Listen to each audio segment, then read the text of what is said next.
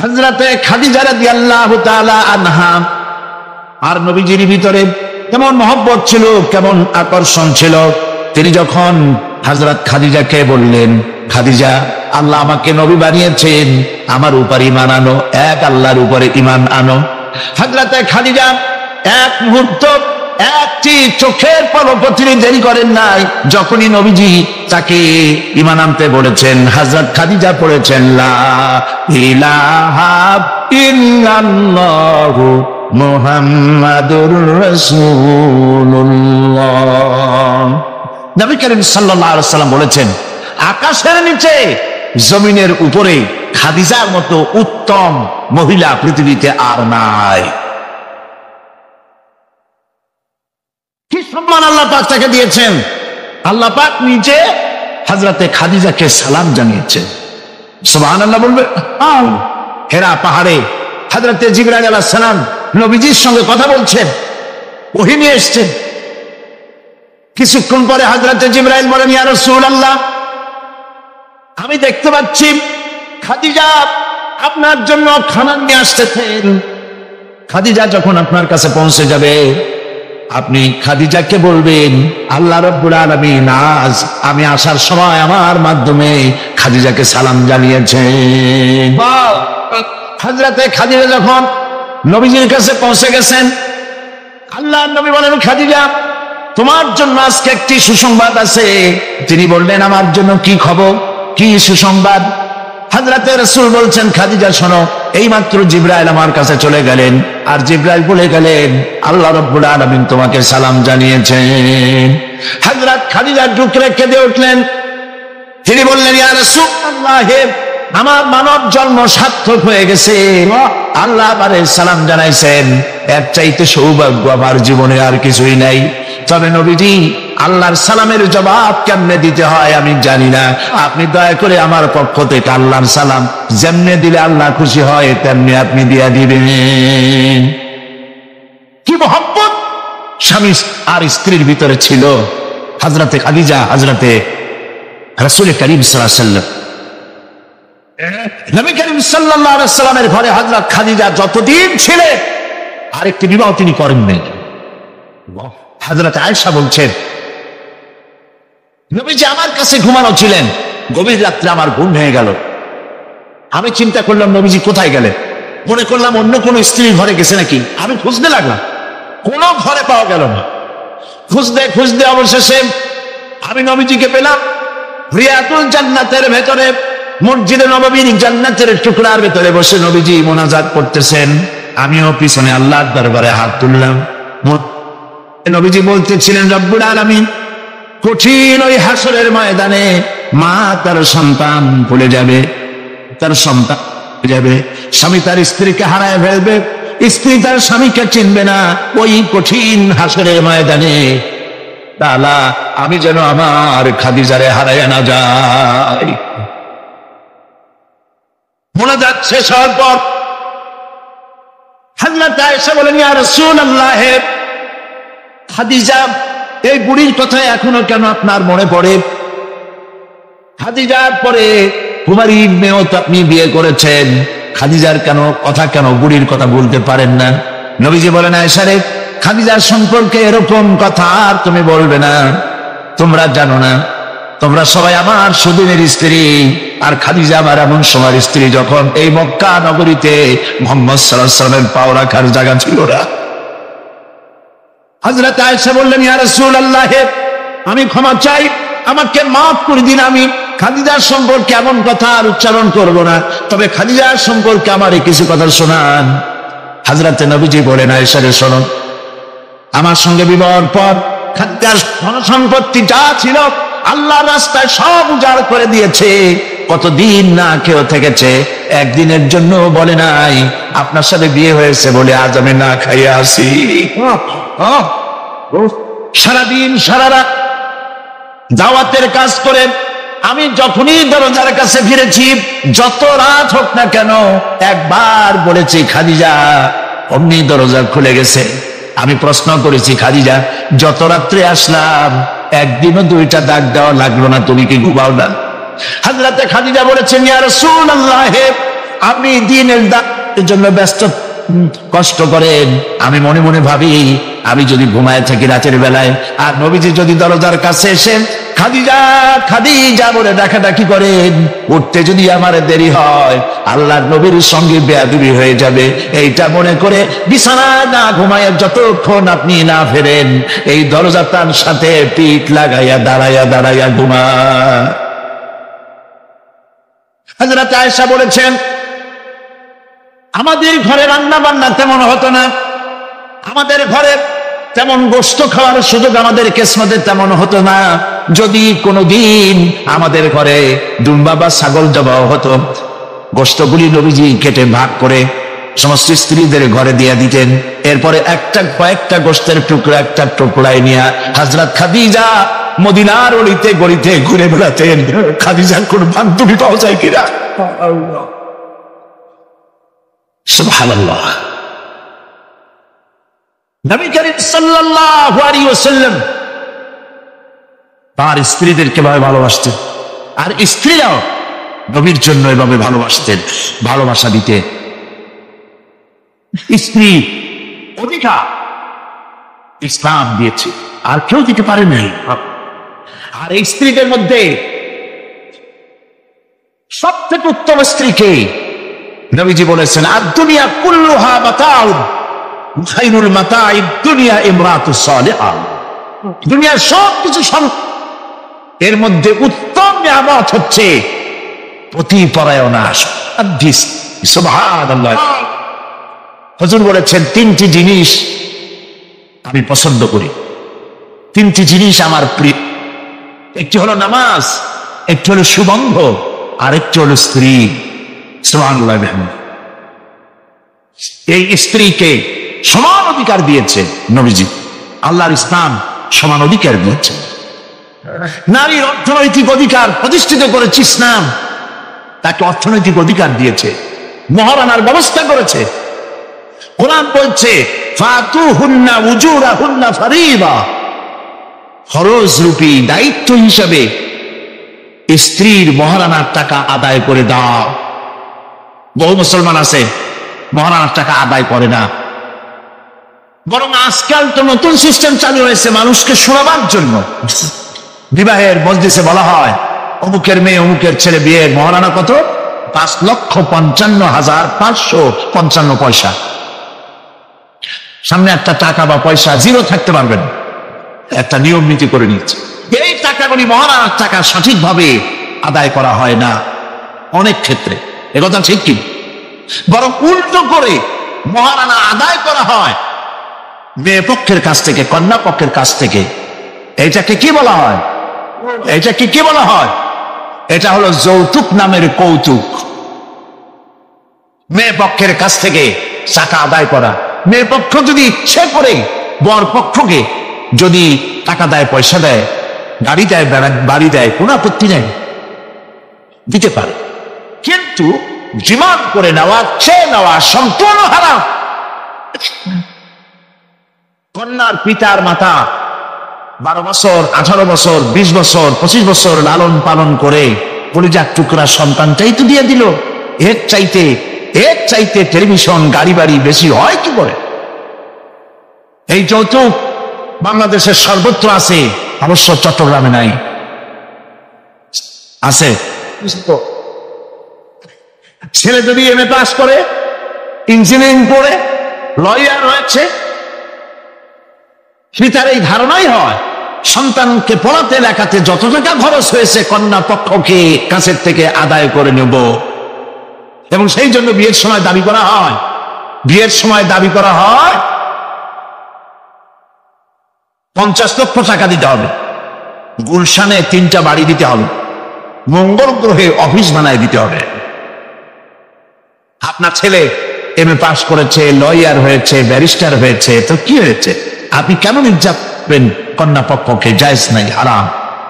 শুকরের মাংস যেমন হারাম, কন্যার কাছ থেকে জবরদস্তি করে চেয়ে ডিমান্ড করে যৌতুক আদায় করা ওরকমই হারাম। এই কাজটি কি আপনারা করবেন? এই কাজটি কি করবে? বিবাহ করবে, বিবাহ করাবেন ছেলেকে ভালোবাসা দিয়ে, টাকা দিয়ে, পয়সা দিয়ে বিবাহ করায়া মেয়ে একটা ঘরে নিয়ে আসবেন, কন্যা পক্ষের উপরে চাপ সৃষ্টি করবেন না। তো নারীকে মহারণা দেওয়ার ব্যবস্থা ইসলাম করেছে। কে ব্যবস্থা করেছে বলেন? ইসলাম করেছে। এবার আরো দেখুন আল্লাহ পাক কি বলছে, وَإِذَا آتَيْتُمْ إِحْدَاهُنَّ قِنطَارًا فَلَا تَأْخُذُوا مِنْهُ شَيْئًا। যদি তোমরা নারীদেরকে স্তূপ পরিমাণ অর্থ করি যদি দান করো, তাহলে সামান্য তার থেকে ফেরত নিও না। চান মহিলাদের কাছে, নারীদের কাছে কিছু পুঁজি থাকুক, টাকা পয়সা থাকুক, আল্লাহ এটা চান। যদি তুমি কিছু দাও, তা যদি স্তূপ আকারেও হয়, তবুও সেগুলিকে ফেরত দিও না, ফেরত দিও না।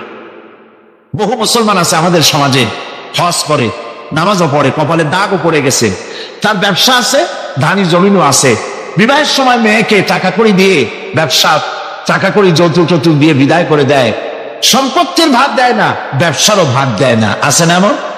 আছে কি? আপনি কন্যাকে ঠকালেন, এজন্য আল্লাহর কাছে আপনাকে দায়ী হতে হবে।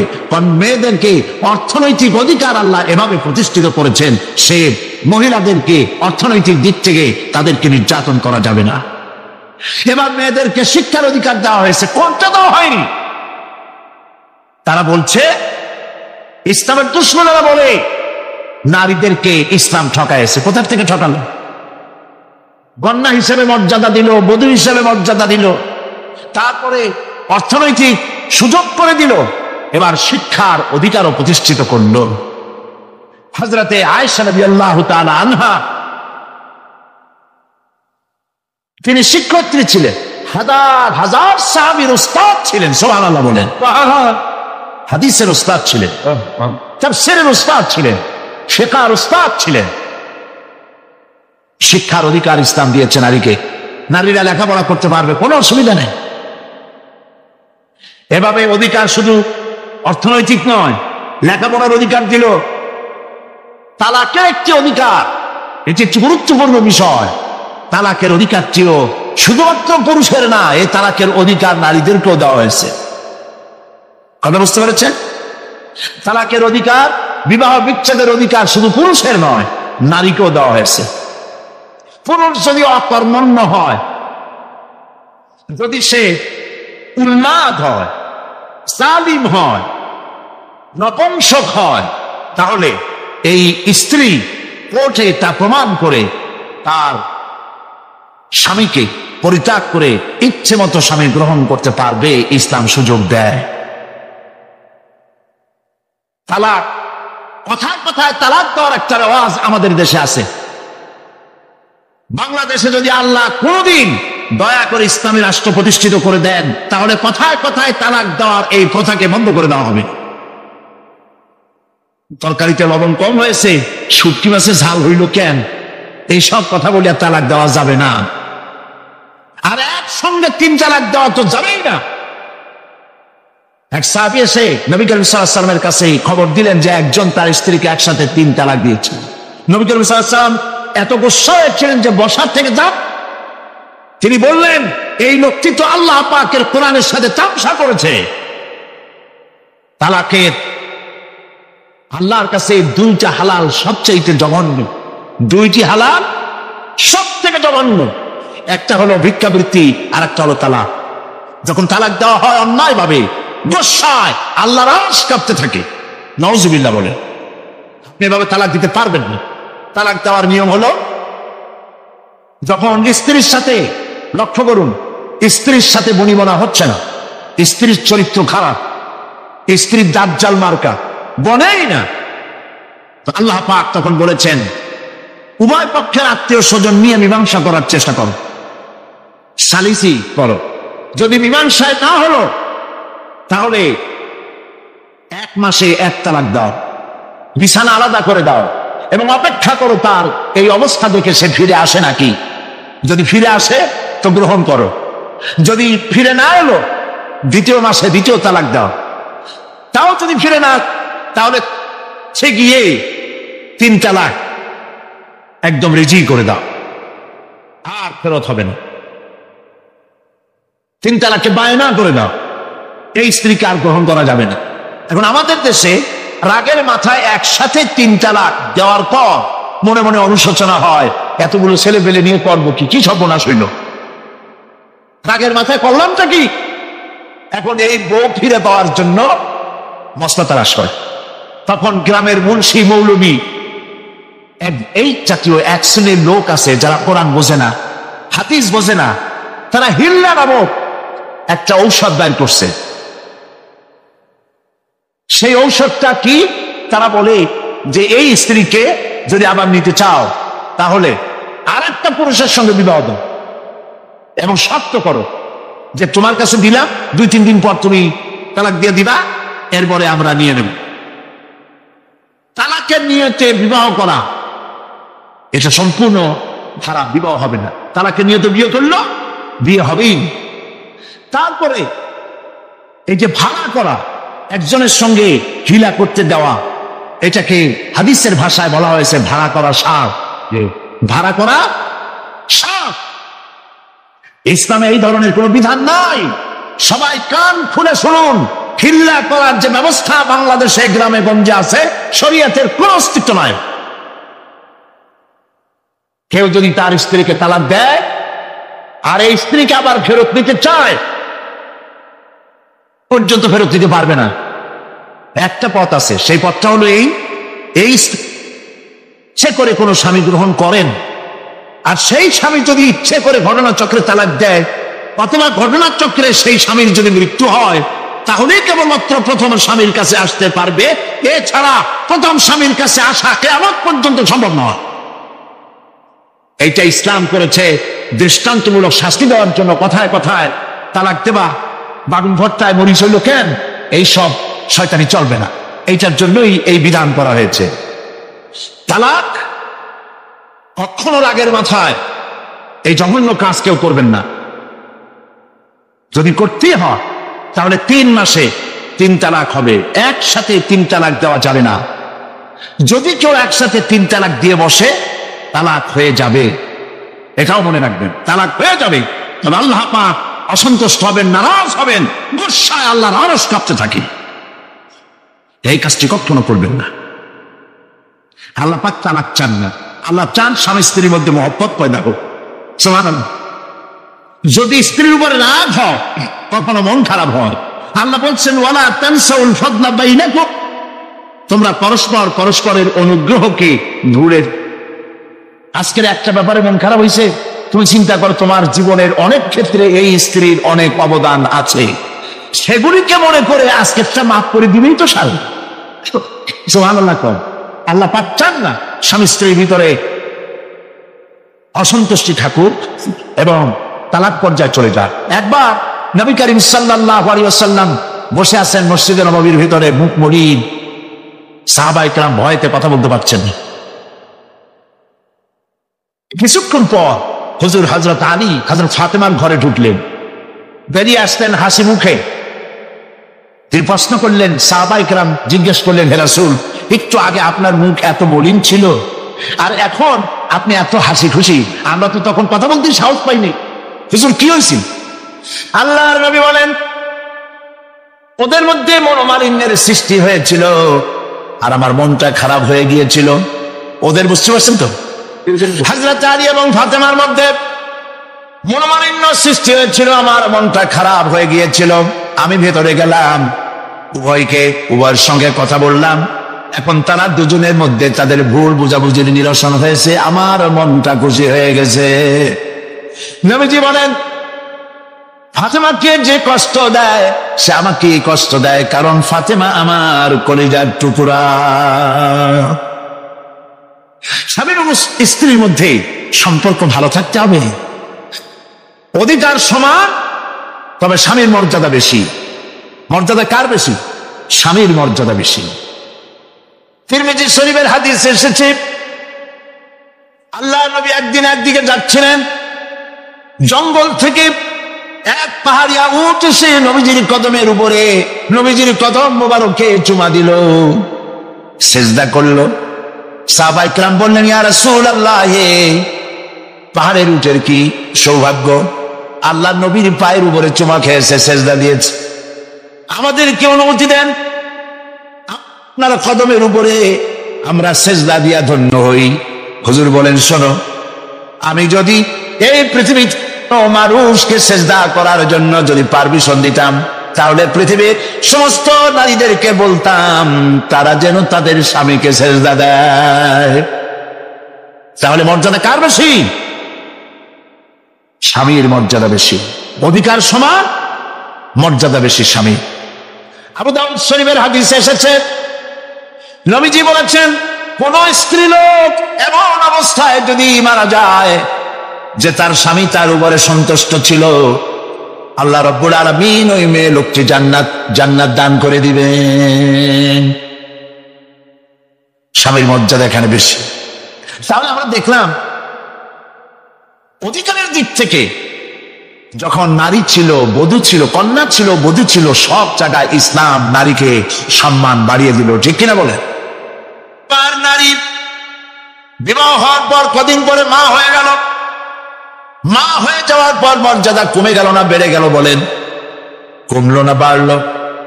নবীজি বলছেন, আল্লাহর নবীর সামনে একজন সাহাবী এসে প্রশ্ন করলেন, হে আল্লাহ রাসূল, খেদমত করব কার? মান আহাক্কুন নাস বিহুসনি সাহাবাতি? ক্বালা উম্মুক। ক্বালা সুম্মা মান? ক্বালা উম্মুক। ক্বালা সুম্মা মান? ক্বালা উম্মুক। ক্বালা সুম্মা মান? ক্বালা আবুক। আখরাজাহুল বুখারী। বুখারী শরীফের হাদিস। সাহাবী জিজ্ঞেস করছেন, ইয়া রাসূলুল্লাহ, খেদমত করব কার? হুজুর বলেন, তোমার মায়ের। তারপরে কার? তোমার মায়ের। তারপরে কার? তোমার মায়ের। তারপরে কার? তোমার পিতার। বাপের চাইতে মায়ের মর্যাদা কয় গুণ বেড়ে গেল? বলেন, 3 গুণ বেড়ে গেল মর্যাদা। আল্লাহর নবী মসজিদে নববীতে বসে আছেন, সাহাবায়ে কিরাম কর্তৃক পরিবেষ্টিত হয়ে এমন সময় একজন বুড়ি মসজিদে প্রবেশ করেছেন। হুজুর তাকে দেখে দাঁড়ায় গেলেন। কাছে যখন এলেন মহিলা, নবীজি নিজের গায়ের চাদর বিছায়া দিলেন। মহিলা চলে যাওয়ার পর সাহাবায়ে কিরাম প্রশ্ন করলেন, ইয়া রাসূলুল্লাহ, আমরা তো চিনলাম না এই মহিলাকে। একজন মেয়ে লোকের জন্য নবীজি তার গায়ের চাদর বিছায়া দেয়, এত বড় সম্মানী মহিলা আমরা চিনলাম না, তিনি কে? আল্লাহর নবী বললেন, আমার মায়ের দুধ আমার কিসমতে তেমন হয় নাই। যার কোলে কাঠে চড়ে, যার বুকের দুধ খাইয়া আমি বড় হয়েছি, এই আমার সেই দুধ মা হযরতে হালিমাতুস সাদিয়া। মায়ের মহব্বত কেমনে করতে হবে? মা যখন হয়ে গেলেন, সম্মান বেড়ে গেল সন্তানের কাছে। একজন সাহাবী এসে কাছে বলছেন, হে রাসূল, আমার মায়ের মেজাজ খুব খারাপ। হাদিস, আমার মায়ের মেজাজ খুব ঠিক। হুজুর প্রশ্ন করলেন, তোমার মা যখন তোমারে গর্ভে রাখছিলেন তখন তো মেজাজ খারাপ ছিল না? তিনি বললেন, হুজুর আমি সত্যি বলছি, মেজাজ খুবই খারাপ। হুজুর বলছেন, তোমাকে যখন তোমার মা ডেলিভারি করেছিল তখন তো মেজাজ খারাপ ছিল না? কয়, না হুজুর, দারুণ খারাপ মেজাজ। হুজুর বললেন, তোমার 2.5 বছর 2 বছর ধরে যখন দুধ খাওয়াইছিল তোমার মা, তখন তো তার মেজাজ খারাপ ছিল না। সাহাবী যখন এর পরেও বললেন, ইয়া রাসূলুল্লাহ, আমি আমার মায়ের দুধের হক আদায় করে দিয়েছি। হুজুর বললেন, দুধের হক আদায় করেছো তুমি, তোমার মায়ের একটি সপ্তাহের হক তুমি আদায় করতে পারো নাই। তুমি যদি পড়ে গেছো ছোট্টবেলায়, খাটের থেকে, কোলের থেকে পড়ে গেছো, কেঁদে উঠছো, আর তোমার মা যে তখন বলেছে, সারা জীবন এই একটি সপ্তাহের হক আদায় করতে পারবে না। মায়ের সম্মান ইসলাম এভাবে বাড়িয়ে দিল। আল্লাহ রাব্বুল আলামিন শিখাই দিলেন, وَقَضَى رَبُّكَ أَلَّا تَعْبُدُوا إِلَّا إِيَّاهُ وَبِالْوَالِدَيْنِ إِحْسَانًا।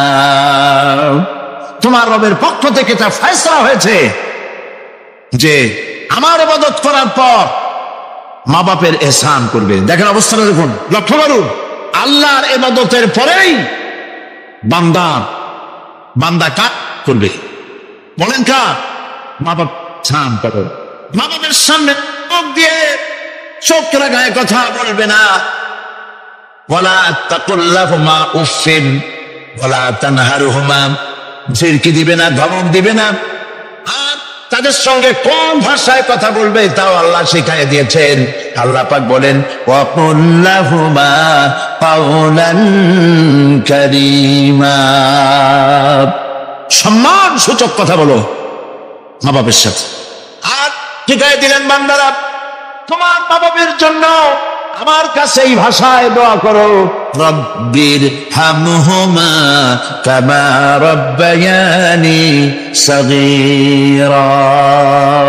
আয় আমার রব, আমার বাবা ছোটবেলায় আমাকে যেভাবে স্নেহের করে লালন পালন করেছে, আল্লাহ পাক দয়া করে আমাকে আমার পিতামাতাকে তোমার রহমতের কোলে লালন পালন করো। আল্লাহ পাক শিখাই দিয়েছেন। এই দোয়া করবেন তো? মনে থাকবে? প্রত্যেক নামাজের পরে মুনাজাতে এই দোয়া করবেন। মা বোনেরা লেখাপড়া করতে পারবেন, চাকরি করতে পারবেন, জিহাদে যেতে পারবেন, সবই করতে পারবেন পর্দার ভিতরে থেকে। আল্লাহ পাক কোরআনে কারিমে বলেছেন ওয়াকারনা ফি বুয়ুতিকুন্না ওয়ালা তাবাররাজনা তাবাররুজাল জাহিলিয়াতিল উলা। ওয়াকারনা ফি বুয়ুতিকুন্না, তোমরা তোমাদের ঘরের মধ্যে থাকো আর জাহিলিয়াতের যুগ মতো করে সাজসজ্জা করে তোমরা বেরিও না, আচ্ছমক করে বেরিও না, সৌন্দর্য প্রদর্শন করো না। পৃথিবীতে বিভিন্ন দেশে মিস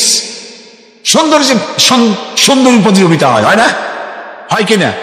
সুন্দরী প্রতিযোগিতা হয় পৃথিবীর বিভিন্ন দেশে।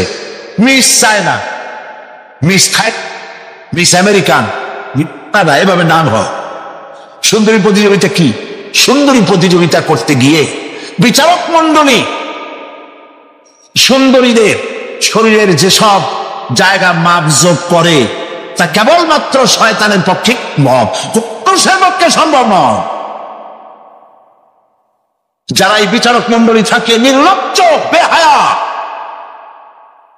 তারা কি তার নিজের মেয়ে নিজের বোনে শরীরের সেসব জায়গা মাপ করতে পারবে?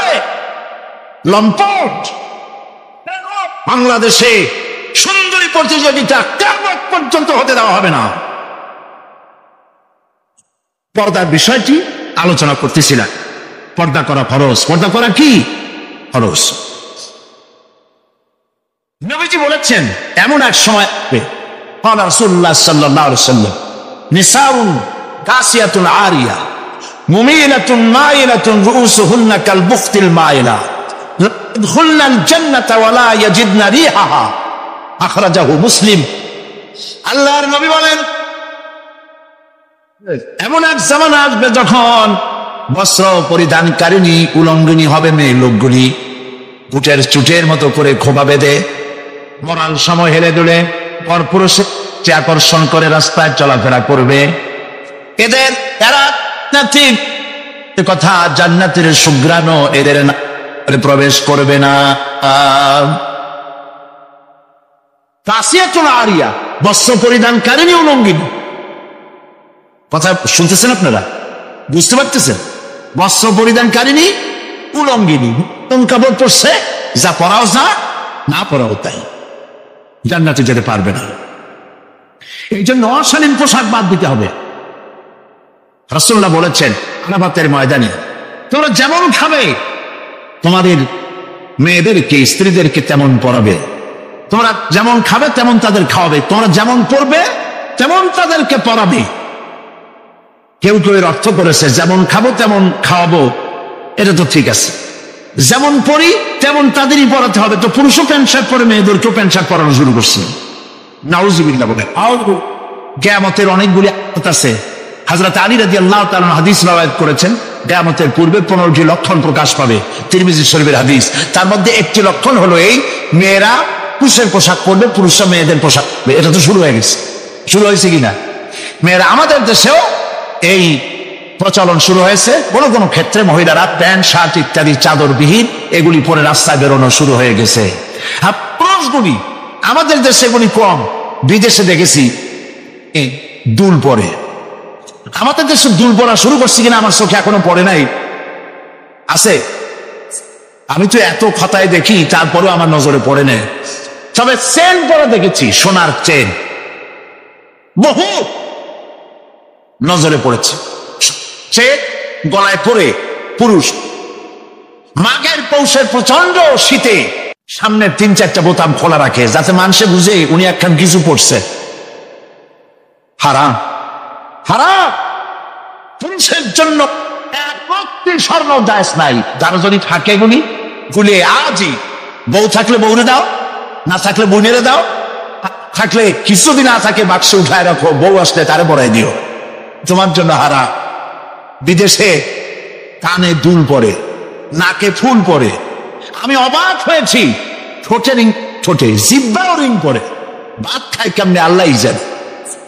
শয়তান কারে বলে না, আমার দেশে জিব্বায় ঠোঁটে রিং আমি দেখি নাই। আমি ইউরোপ আমেরিকা দেখেছি, মাথার চুল চতুর্দিক থেকে কেটে মাথার চামড়ির উপরে তালপট্টির দ্বীপের মতো বানায় রাখে, আবার 2 দিক থেকে কামাইয়া মাথার উপরে তাল পাতার মতো রঙিন করে চুল খাড়া করে রাখে, আবার পিছনে চুল ছোট ছোট কেটে, ছোট করে কেটে ওইখানে বাড়ির নম্বর, রোড নম্বর, টেলিফোন নম্বর লিখে রাখে। আমি দেখে বলছি, শয়তানে যদি এই সব দেখে আলী কানবে আর বলবে যে আমি শয়তান হয়েছিলাম কেন? কত মারাত্মক হয়ে গেছে মানুষ এই শয়তানদের করে, নাউজুবিল্লাহ বলে।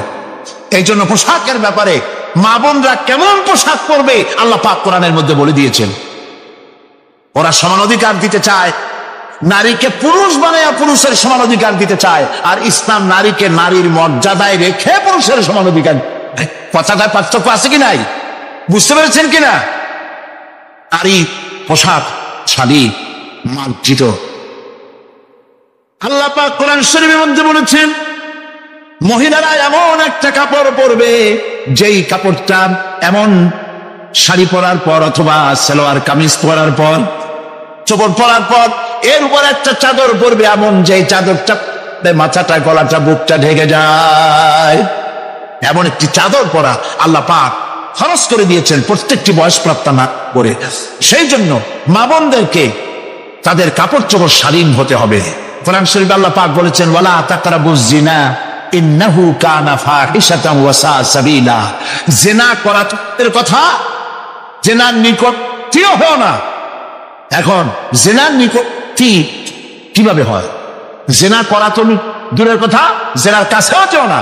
জেনার কাছে যাওয়ার জন্য এগুলি হচ্ছে রুট, অশ্লীল গান, অশ্লীল বাজনা, সৌন্দর্য প্রতিযোগিতা, অশালীন অমার্জিত কাপড় চোপড় পরে রাস্তায় বেরোনো, এগুলি জেনা ব্যভিচার পথকে বাড়িয়ে দেয়। বলেন নাউজুবিল্লাহ মিন যালিক। এই জন্য মহিলাদের চাদর পরার কথা বলা হয়েছে, বোরকা কথা বলা হয়েছে, হিজাব এবং নিকাব পরার কথা বলা হয়েছে। মহিলাদের ঘরই হচ্ছে তাদের জন্য জিহাদ। জিহাদের ফজিলত বয়ান করার পর মা বোন পেশ করেছেন, হে রাসূল আমাদের জিহাদের উপায় কি? হুজুর বলেছেন, আলাইকুন্না বিল বাইতি ফাইন্নাহুম জিহাদুকুন্না। তুমি ঘরে থাকো, ঘরটাই তোমার জন্য জিহাদ। সন্তান প্রতিপালন করা এটাই তোমার জন্য জিহাদ। নারীরা ব্যবসা করতে পারবে, রাজনীতি করতে পারবে, সমাজনীতি করতে পারবে, সব পারবে, কিন্তু পুরুষের সাথে মেলামেশা থেকে নিজেকে অবশ্যই দূরত্ব ব্যবধান রেখে তাকে চলতে হবে। অবাধ মেলামেশাকে ইসলাম হারাম করেছে। এই বিশ্ব পরিস্থিতির একটি পরিসমাপ্তি ঘটে যাবে। বিশ্ব পরিস্থিতির পরিসমাপ্তির পর কিয়ামত অনুষ্ঠিত হবে। সেই কিয়ামতের দিন 2টি ভাগ হবে, এক ভাগ যাবে জাহান্নামে আর এক ভাগ যাবে জান্নাতে। এখন এই জাহান্নামটা কি ধরনের হবে সে সম্পর্কে কোরআন বলছে, ইন্না জাহান্নামা কানাত মিরসাদা। জাহান্নাম হচ্ছে একটি ঘাঁটি বিশেষ, লিত্তাগিনা মাআবা, যা হবে বিদ্রোহীদের আবাসস্থল, লাবিথিনা ফিহা আহকাবা, যার ভেতরে মানুষেরা জাহান্নামীরা যুগের পর যুগ অবস্থান করবে। লা ইয়াযুকুনা ফিহা বারদান ওয়ালা শারাবা, এবং সেখানে কোনো ঠান্ডা বা কোনো পানীয়, সুপেয় কোনো পানীয় তাদের কিসমতে হবে না। ইল্লা হামিমা ওয়া গাসসাকা, সেখানে পান করার জন্য তারা পাবে উত্তপ্ত টকবগে গরম পানি আর ক্ষতের ক্ষরণ, পুজ, রক্ত। নাউযুবিল্লাহি মিন যালিক। জাযাআন ওয়িফাকা, এটি হচ্ছে তাদের কৃত কর্মের পূর্ণ ফল। ইন্নাহুম কানু লা ইয়ারজুনা হিসাবা, কারণ ছিল তারা হিসাবের কোন হিসাব নিকাশের আশা করত না। ওয়াকাযযাবু বিআয়াতিনা কিযাবা, আর তারা আমার আয়াতগুলিকে মিথ্যা মনে করে প্রত্যাখ্যান করেছিল। ওয়া কুল্লা শাইইন আহসাইনাহু কিতাবা, আর আমি গুনে গুনে তাদের সমস্ত আমলগুলি লিপিবদ্ধ করে রেখেছিলাম। ফাযুকু ফালান নাযীদাকুম ইল্লা আযাবা, এখন বুঝো মজা, এখন তোমাদেরকে আযাব ছাড়া আর কিছুই বাড়ানো হবে না। এ হলো আজকে যেটুকুন আলোচনা করতে চাই সেটুকুনের তর্জমা। আমি চেষ্টা করব খুব সংক্ষেপে কথাগুলিকে আপনাদের সামনে পেশ করার জন্য। বিমাশিয়াতিল্লাহি তাআলা। ইন্না জাহান্নামা কানাত মিরসাদা, জাহান্নাম হচ্ছে একটি ঘাঁটি, একটি ফাঁদ। আরবি রাসাদ শব্দ থেকেই মিরসাদ শব্দের উৎপত্তি হয়েছে। এর অর্থ হলো ঘাঁটি, ফাঁদ। জাহান্নাম শিকারি ধরার জন্য ওত পেতে বসে আছে, এটাই বোঝানো হয়েছে। জাহান্নামের শিকার তারাই হবে যারা পৃথিবীতে আল্লাহ পাকের আনুগত্য করেনি, নবী করিম সাল্লাল্লাহু আলাইহি ওয়াসাল্লামকে বিশ্বাস করে নাই, ইসলামী আন্দোলনের সঙ্গে বিরোধিতা করেছে, তাদের জন্যই কিয়ামতে জাহান্নাম হবে। জাহান্নামে কারা যাবে, শাস্তি কি ধরনের হবে, আর জাহান্নাম থেকে কারা মুক্তি পাবে, এটাই হবে আজকের মূল আলোচনা। আল্লাহ রাব্বুল আলামিন কোরআনে কারীমের মধ্যে বলছেন, ওয়ালাকাদ যারানা লিজাহান্নামা কাসীরাম মিনাল জিন্নি ওয়াল ইনস লাহুম কুলুবুন লা ইয়াফকাহুনা বিহা ওয়া লাহুম আ'য়ুনুন লা ইউবসিরুনা বিহা ولهم آذان لا يسمعون بها أولئك كالأنعام بل هم أضل أولئك هم الغافلون ولقد ذرأنا لجهنم كثيرا من الجن والإنس, মানুষ এবং জিন জাতির ভিতরে একটি বিরাট সংখ্যক, একটি বিশাল সংখ্যক মানুষ আর জিনকে জাহান্নামের জন্য তৈরি করা হয়েছে। এদের পরিণতি হবে জাহান্নাম। কাদের? লাহুম কুলুবুন লা ইয়াফকাহুনা বিহা, যাদেরকে আমি কলব দিয়েছি, অন্তঃকরণ দিয়েছি, সেই অন্তঃকরণ দিয়ে, সেই মন দিয়ে, সেই চিন্তা দিয়ে, সেই চেতনা দিয়ে, সেই প্রজ্ঞা দিয়ে, সেই মেধা দিয়ে তারা আমাকে চিনতে চেষ্টা করল না। এদের বিবেক আছে, সব বুঝেছে, কিন্তু আমাকে বুঝতে পারে নাই। এরা চাঁদের সৌন্দর্য বর্ণনা করেছে, এরা সূর্যের সৌন্দর্য বর্ণনা করেছে, এরা ফুলের সৌন্দর্য বর্ণনা করেছে, কিন্তু ফুলের ঘ্রাণ কে দিল তাকে তারা খুঁজে পায় নাই। কাল দিয়েছি, বিবেক দিয়েছি, কিন্তু এই বিবেক দিয়ে তারা বিবেচনা করতে চেষ্টা করে নাই, চিন্তা করে আমাকে পায় নাই। প্রিয় ভাই সব, নাস্তিক হয় কারা? কোন বিজ্ঞানী, বড় বিজ্ঞানী, চিকিৎসা বিজ্ঞানী, এরা কিন্তু নাস্তিক হয় না। নাস্তিক হয় সাহিত্যিক আর দার্শনিক, এরাই নাস্তিক হয় বেশি। কেবলমাত্র শান্তিনিকেতনের মুরিদ যারা, ওইখানকার খলিফা যারা, এরকমের সাহিত্যিক, এরকমের দার্শনিক, ওরাই দুনিয়ার সব বোঝে, আল্লাহরে বোঝে না।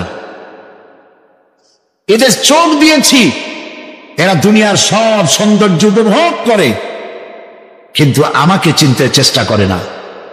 তারা আমার কিতাব দেখা তু না মর যায়, মুঝে ये डर है कि दिले जिंदा तू ना मर जाए, कि जिंदगानी इबारत है तेरे जीने से, मुझे ये डर है कि दिले जिंदा तू ना मर जाए। আমার এই ভয় হয়, হে আমার জীবিত আত্মা, তোর জন্য মৃত্যু না হয়ে যায়। কারণ তোর বেঁচে থাকার অর্থই হলো আমার বেঁচে থাকা, আর তুই মরে যাওয়ার অর্থ হলো আমি মরে যাওয়া। যে যার বিবেক মারা গেছে তার বেঁচে থাকার কোনো লাভ নাই। বিবেক জাগ্রত সচেতন ওই সব মানুষের যারা আল্লাহ পাকের সৃষ্টি নৈপুণ্যতা দেখে মাথা সিজদায় অবনত করে দেয়। আল্লাহ পাক বলছেন, কাল্ব দিলাম, গবেষণা করলো না, চোখ দিলাম, দেখলো না, কান দিলাম, শুনলো না, এদের অবস্থা কি? আল্লাহ রাব্বুল আলামিন বলেন, উলাইকা কাল আনআম, এরা চতুষ্পদ জানোয়ারের মতো, এরা পশু। এরপরে আল্লাহ পাক বলছেন, বালহুম আদাল, পশুর চাইতে নিকৃষ্ট। প্রিয় ভাই সব, জাহান্নাম বড় কঠিন জায়গা। হাসরবাসীরা জাহান্নামের গর্জন শুনতে পাবে। খুব কঠিন জায়গার দিকে আমরা প্রতি মুহূর্তে অগ্রসর হচ্ছি। আল্লাহ যেন জাহান্নাম থেকে আমাদেরকে রক্ষা করেন, আমরা বলি আমিন। কিয়ামতের ময়দানে জাহান্নামের গর্জন হাসরবাসীরা শুনতে পাবে।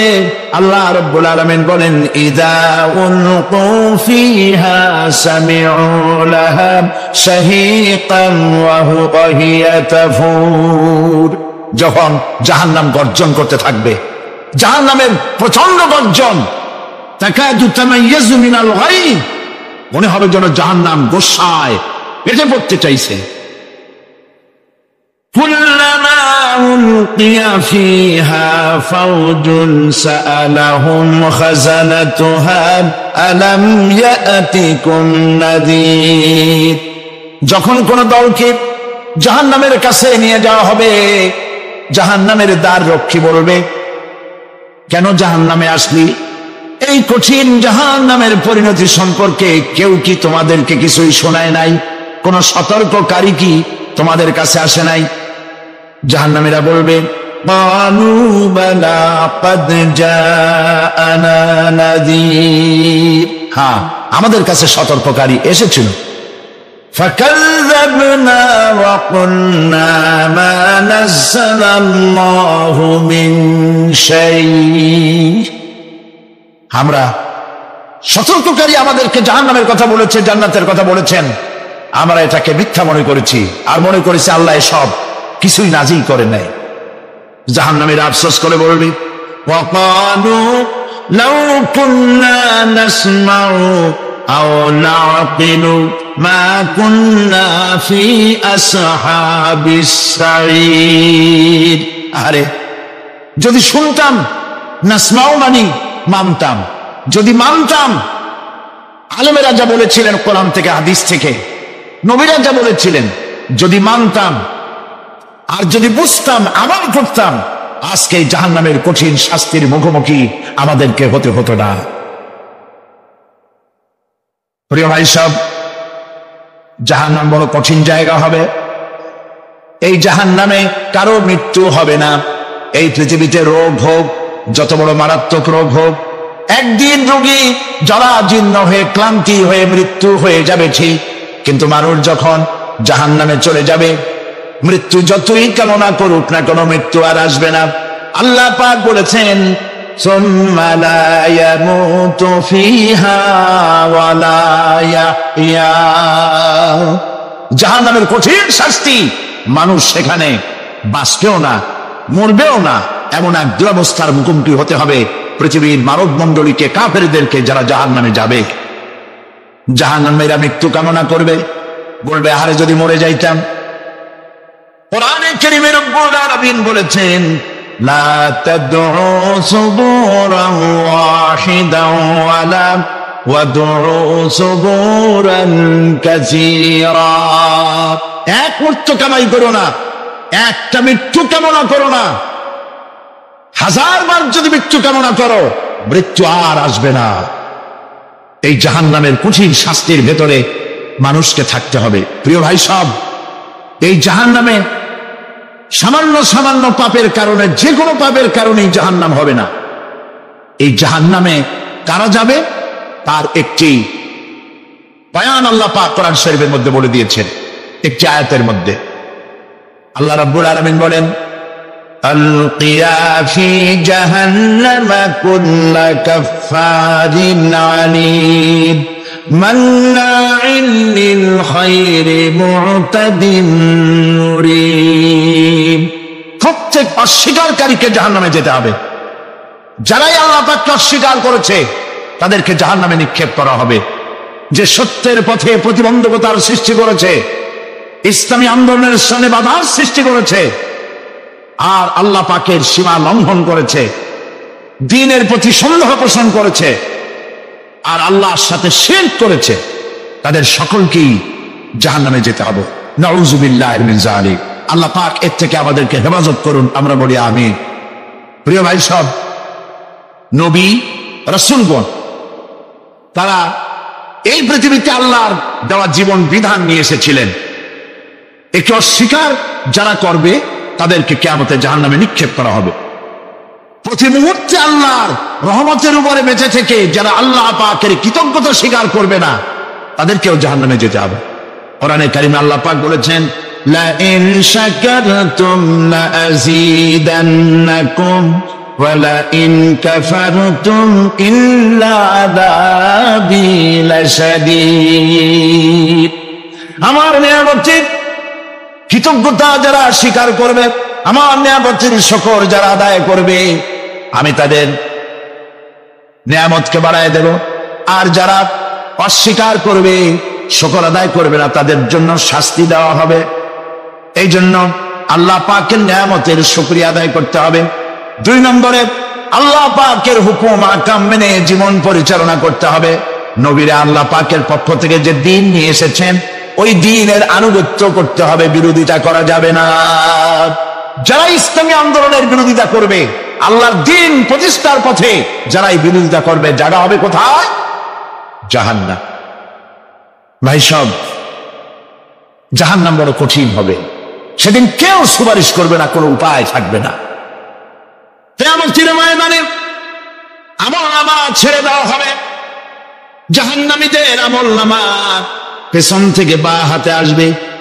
কোরআনে কারিমে আল্লাহ পাক বলেন, ওয়া আম্মা মান উতিয়া কিতাবাহু বিশিমালিহি ফায়াকুলু ইয়া লাইতানি লাম উতা কিতাবিয়া। পেছন থেকে বাম হাতে যার আমলনামা আসবে, সে বলবে, আরে আমারে যদি কিতাবটা, আমার যদি আমলনামা না দেওয়াই হতো কত না ভালো হতো, আমার যদি হিসাব না নেওয়া হইতো কত ভালো হতো। ওয়ালাম আদরি মা হিসাবিয়া ইয়া লাইতাহা কানাতিল কাদিয়া। আমার হিসাব যদি আমি আদৌ না জানতাম তাহলে কতই না ভালো হতো। হায়, আমার মৃত্যু যদি দুনিয়ায় শেষ হয়ে যেত, আর যদি এই ময়দানে ওঠা না লাগতো। মা আগনা আন্নি মালিয়া হালাকা আন্নি সুলতানিয়া।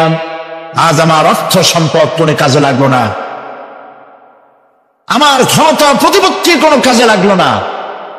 বড় বড় বাদশা, বড় বড় প্রেসিডেন্ট, প্রধানমন্ত্রী কিয়ামতে এতিমের মতো দাঁড়ায় থাকবে, বলবে, আমার দলবল কই, যারা সেলুট দিত তারা কই, টাকা কই, পয়সা কই, বিষয় কই, সম্পত্তি কই, কিচ্ছু পাবে না। প্রিয় ভাই সব, এই পৃথিবীতে ক্ষমতা যতদিন থাকে পুলিশ সেলুট মারে, আর্মি সেলুট মারে। আমল যদি খারাপ হয় ফেরেশতা যে কি দিয়া মারবে চিন্তাই করতে পারেন। আমি লক্ষ্য করেছি, পুলিশ, বিডিআর, আর্মি যখন সেলুট দেয় 2 রকম মারে, হাত দিয়া মারে, আর বুট পায়ে আছে, এক জুতা আর এক জুতার সাথে ঠাস করে আরেকটা লাগা। আমি চিন্তা করছি, 2টা দেয় কেন? হাত দিয়েও দিল, পাও দিয়েও দিল, অর্থ কি? অর্থ পরিষ্কার। সরকারের মন্ত্রী, সরকারের লোক, আপনি আমার সেলুট পাইতে পারেন, ব্রিটিশ নিয়মে মারল হাত দিয়া, আর একটা ইশারা দিয়া দিল, মারে হতি ইশারা। সরকারে থাইকা যদি জনগণের সর্বনাশ করেন, মুসলমান দেশের তথ্য পাচার করে মুসলিম দেশের স্বাধীনতা যদি হরণ করতে চান, আর যদি ধরা পড়েন, তাহলে হাত দিয়া না, ওইটা দিয়ে মারব।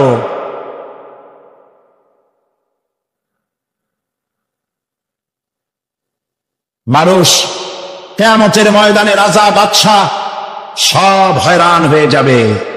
জাহান্নামীদেরকে, কাফেরদেরকে, কাফেররা উপস্থিত হবে। কোরআনে কারীম আমলনামা বাম হাতে, বেঈমানদের বাম হাতে আমলনামা দিয়ে আল্লাহ পাক বলবেন খুযুহু ফাগুল্লুহু সুম্মাল জাহিমা সাল্লুহু সুম্মা সিলসিলাতি যারউহা সাবউনা দিরাআন ফাসলুকুহু। আল্লাহ পাক বলেন পাকড়াও করো, কে ধরো, খুযুহু ধরো, ফাগুল্লুহু ওর গলায় বেঁধে দাও, সুম্মাল জাহিমা সাল্লুহু এরপর জাহান্নামে নিক্ষেপ করো, সুম্মা সিলসিলাতি যারউহা সাবউনা যিরান ফাসলুকুহু 70 গজ লম্বা শিকল দিয়া বাঁধো, জাহান্নামে নিক্ষেপ করবে। এই জাহান্নামে ওইসব কাফিরদের জন্য হবে এই আযাব। আল্লাহ পাক কেন দিবেন কারণ সম্পর্কে আল্লাহ পাক বলেন ইন্নাহু কানা লা ইউমিনু বিল্লাহিল আযীম ওয়া লা ইয়াহুদ্দু আলা তুআমিল মিসকিন। কারণ হলো এরা আল্লাহ পাকের উপরে বিশ্বাস স্থাপন করত না। বড় বড় বুদ্ধিজীবী, বড় বড় বুদ্ধিজীবী, বড় বড় কবি, আহারে আমার দেশের এক কবি বলল হজরের নামাজের আজান যখন শুনি মনে হয় বেশ্যা তার খরিদ্দার ডাকতেছে। মুসলমান নামের কলঙ্ক, মানুষ নামের পশু। এই কবিকে তদানীন্তন প্রধানমন্ত্রী রাষ্ট্রীয় পুরস্কার দিয়ে ধন্য করেছে। নাউজুবিল্লাহ। আল্লাহ বরদাস্ত করেন নাই। কোরআনের সাথে ইসলামের সাথে যারা বেয়াদবি করেছে আল্লাহ পাক হাত দিয়া সব বেয়াদবদের সহায় দিয়েছেন। আল্লাহু আকবার। জাহান্নামের দুইটা কারণ হবে। একটা হলো আল্লাহকে অস্বীকার করেছে, নামাজ নাই, রোজা নাই, তাকায় দেখবেন চেহারাটা মুসলমানের মতো মনে হয় না, বুদ্ধিজীবী, পাটের দড়ির মতো চুলগুলো ফুরফুর করে চারপাশে, উপরে তো নাই। আর যদি থাকেও সেগুলো এমন অবস্থা কাউয়ায় যদি রাস্তায় পায় ডিম পাড়ি ধুয়ে যাবে। চুলের অবস্থা ওই, মুছের অবস্থা ঢাকনার মতো। কিছু কিছু মশলা তো এমন আছে 5 ব্যাটারির টর্চ লাইট মারলেও বোঝার উপায় না, বেচারা হাসে না কান্দে। এইভাবে করে মাথার দশাই, চুলের দশাই, এগুলো হলো বুদ্ধিজীবী। আর এইগুলো হলো ওনাদের কলিজা টুকরা, ঠিক কিনা বলেন? সহ্য হয় না, ইসলাম ভালো লাগে না, কোরআন ভালো লাগে না, বুদ্ধিজীবী হইলেই ছাড়লো। আল্লাহ রাব্বুল আলামিন কি যারা অস্বীকার করবে আল্লাহ রাব্বুল আলামিন কিয়ামতের দিন বলবেন ধর, গলায় বেরি পড়া। দেখছেন না আসামি গুলারে বেরি পড়ায় কেমনে? ডান্ডা বেরি পড়াবেন আল্লাহ পাক, জাহান্নামের শিকল পরায় দিবেন আল্লাহর অস্বীকার করার কারণে। আর একটি কারণ কি? ওয়ালা ইয়াহুদ্দু আলা তুআমিল মিসকিন।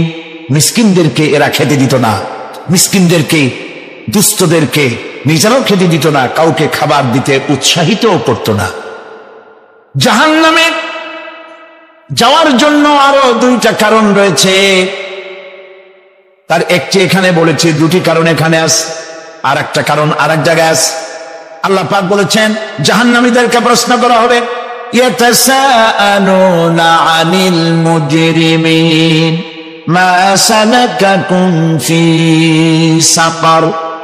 জাহান্নামীদেরকে প্রশ্ন করা হবে কেন জাহান্নামে এসেছো? তারা বলবে ক্বালু লাম নাকু মিনাল মুসাল্লিনা ওয়া লাম নাকু নুতঈমুল মিসকিন। আমরা নামাজ আদায় করিনি, নামাজ পড়ি নাই, আর মিসকিনদেরকে খেতে দেই নাই। মারাত্মক কারণ হবে জাহান্নামে যাওয়ার এগুলি। প্রিয় ভাই সব, এরপরে কিয়ামতের দিন আমলনামা দিয়ে দেওয়ার পর একদল তো জান্নাতে চলে যাবে, ইমানদারদের ডান হাতে আমলনামা আসবে, আর বেঈমানের কোন হাতে? পিছন থেকে বাম হাতে। জাহান্নামীরা জাহান্নামে যাওয়ার পর তারা সেখানে বসে জান্নাতীদেরকে দেখতে পাবে। সুবহানাল্লাহ। জান্নাতের দিকে তাকিয়ে তারা লক্ষ্য করে দেখবে যাদেরকে গালাগালি করেছিল মৌলবাদী বলে, যাদেরকে মারধর করেছিল, যাদেরকে ধর্মান্ধ বলা হয়েছিল, সেই লোকগুলি তো ওই জান্নাতে দেখা যায়। পানির পিপাসায় ক্ষুধার যন্ত্রণায় অস্থির হয়ে তখন জাহান্নামীরা বলবে, ওয়ানাদা আসহাবুন নারি আসহাবাল জান্নাতি আন আফিদু আলাইনা মিনাল মা। জাহান্নামীরা ডাক দিয়া বলবে, ও জান্নাতি ভাইরা, ক্ষুধায় মরে গেলাম, পিপাসায় মরে গেলাম, তোমরা যে পানি পান করো জান্নাতের ভিতরে, একটু পানি আমাদের দিকে ঢেলে দাও। আও মিম্মা রাযাকাকুমুল্লাহ, একটু পানি দাও, অথবা আল্লাহ পাক তোমাদেরকে যে রিজিক দান করেছে একটু খাদ্য আমাদের দিকে নিক্ষেপ করে দাও, একটু খাইয়া বাসি। আল্লাহ রাব্বুল আলামিন বলেন, জান্নাতি লোকেরা তখন বলবে, ক্বালু ইন্নাল্লাহা হারামাহুমা আলাল কাফিরিন, কাফিরদের জন্য আল্লাহ রাব্বুল আলামিন জান্নাতের নাজ এবং নিয়ামত, খাদ্য এবং পানীয় সব হারাম করে দিয়েছেন আল্লাহ পাক। বেহেশতের উপরে জাহান্নামীদেরকে ডেকে বলবি, ওয়ানাদা আসহাবুল জান্নাতি আসহাবান নারি আন ক্বাদ ওয়াজাদনা মা ওয়া'দানা রাব্বুনা হাক্কান। জান্নাতীরা বলবে, ও জাহান্নামী ভাইরা, তোমাদের সাথে আল্লাহ পাক যে ওয়াদা করেছিলেন সেই ওয়াদা তোমরা কি ঠিক মতো পেয়েছো? তার মানে হচ্ছে আল্লাহর ওয়াদা ছিল নেক কাজ করলে জান্নাতে যাবে, আর আল্লাহর দ্বীনের সঙ্গে বিরোধিতা করলে, আল্লাহর সাথে নাফরমানি করলে জাহান্নামে যাবে। নামাজ আদায় না করলে, জিনা ব্যভিচার করলে, ইসলামের পক্ষে না থেকে বিপক্ষে থেকে শত্রুতা করলে জাহান্নামে যাবে। আল্লাহর এই ওয়াদাগুলি ঠিক মতো পাইছো কিনা? আজ তোমরা জাহান্নামে গিয়েছো। তারা বলবে, হ্যাঁ, আমাদের আল্লাহ পাক যে ওয়াদা করেছিলেন সেই ওয়াদার অনুযায়ী আমরা আজকে বিপদে পড়েছি।